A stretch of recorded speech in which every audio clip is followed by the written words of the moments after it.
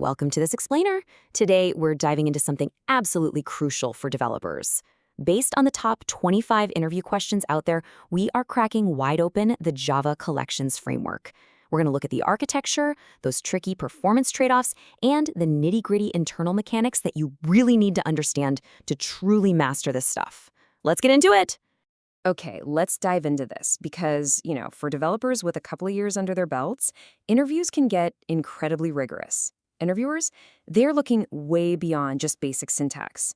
They want to know if you actually understand the internal mechanics of the tools you're using every single day. So let's look at what the data says you absolutely need to know to be ready. Here's our quick roadmap for this journey to JCF mastery. First, framework basics. 2, core interfaces. 3, inside the HashMap. 4, concurrency and iteration. And finally, number 5, mastering time complexities. All right, section 1, the collections framework basics. So the Java Collections Framework, or JCF, the textbook definition is that it's a set of classes and interfaces providing data structures and algorithms for storing and manipulating groups of objects. But practically speaking, it's your everyday go-to toolkit for managing data in Java. The main interfaces you've got to know are collection, list, set, and queue. But listen up, here is a crucial caveat, and honestly, it's a trap so many people fall into during interviews. Map is actually not part of the collection interface. It literally stands on its own. Definitely keep that one in your back pocket. Moving right along, section 2, core interfaces and implementations. And this brilliantly illustrates exactly how list, set, and map handle data completely differently. Think of a list like a strict line. It allows duplicates, maintains a strict order, and is index-based. So you can always just ask a list for, say, the item at index 5. A set, on the flip side, strictly forbids duplicates. No way, no how. And whether it maintains order, well, that depends entirely on the specific implementation you're using. Oh, and it is definitely not index-based. Finally, maps. They don't allow duplicate keys, they aren't index-based, and much like sets, their ordering depends entirely on the implementation.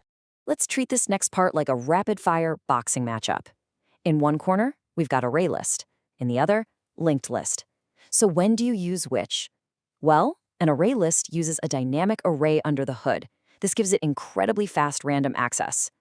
But if you need to insert or delete something right in the middle of the list, it's slow because all those other elements have to literally shift over.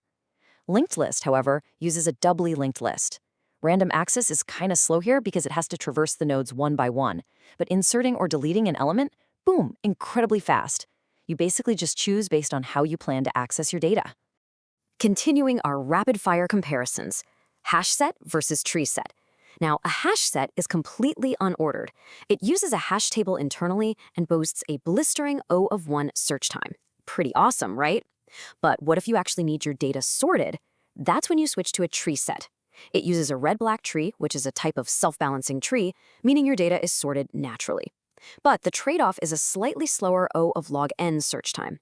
It really just comes down to speed versus order. Speaking of sorting, how do objects actually get sorted in the first place? Well, that brings us to comparable versus comparator. You use comparable for natural sorting. Think of it as the default way an object should be sorted, which you set up by having the class implement comparable. But if you need custom sorting logic, say you want to sort employees by salary instead of by their name, you use a comparator. Getting this distinction down perfectly prepares us for our deepest dive yet. All right, here we go. Section 3. Inside the HashMap. Let's walk step by step through exactly how a HashMap processes a key. This is a big one. First, the key's hash code is calculated. Second, that hash determines the specific bucket index where the data should go. Third, the entry is stored right in that bucket. But what happens if multiple keys produce the exact same bucket index? Well, that's called a collision. Back in Java 7, collisions were handled pretty simply by just chaining them in a linked list. But here is the crucial evolution. In Java 8 and beyond, if that linked list gets a bit too long, it actually transforms into a red-black tree to keep performance snappy. Now, what's really interesting here is this specific number, 0.75. This is the default load factor of a HashMap. The load factor is essentially the threshold that determines exactly when resizing occurs. The formula is just the capacity multiplied by the load factor.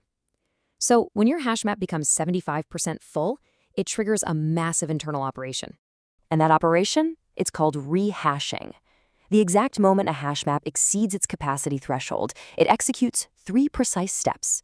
First, an entirely new underlying array is created. Second, the capacity of that array is doubled.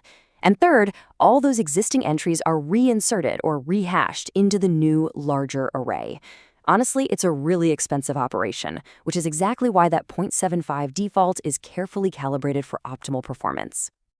So, how does a standard hash map compare to a concurrent hash map? Well, a regular hash map is faster and it allows one null key, but it is fundamentally not thread safe.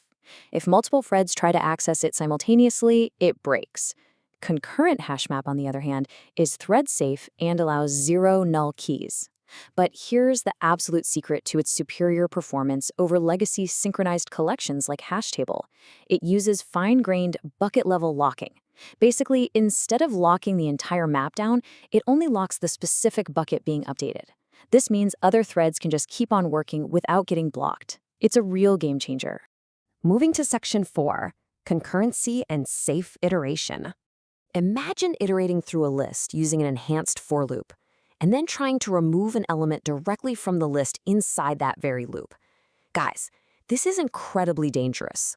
Modifying a collection during iteration like this will instantly trigger the dreaded concurrent modification exception.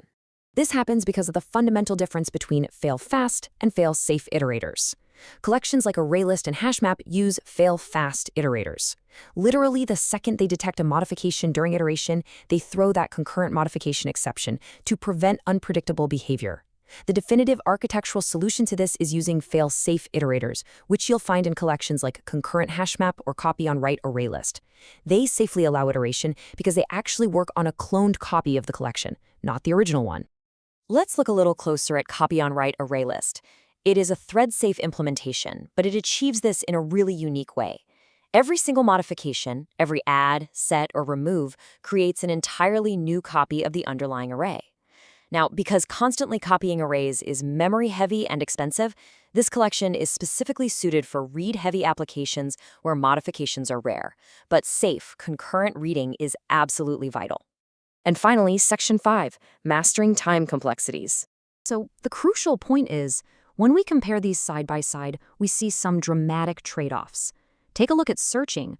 ArrayList and LinkedList are a slow O of n, while HashSet and HashMap give you that blazing O of 1 speed. But look over at insert middle, ArrayList really suffers there at O of n because of shifting elements, while LinkedList absolutely shines with an O of 1 operation.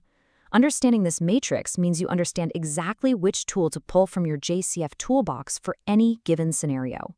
According to the data, these are the absolute most frequently asked topics in 2026 for Java developers with 2 to 5 years of experience.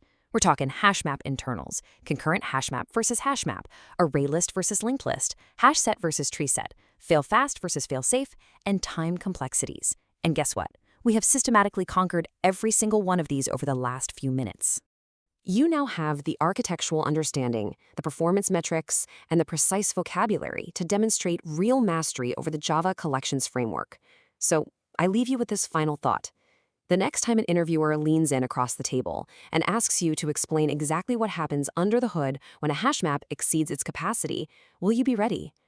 I think you'll, for sure. Feel free to review this explainer one last time if you need a refresher, and thanks so much for exploring this with me today.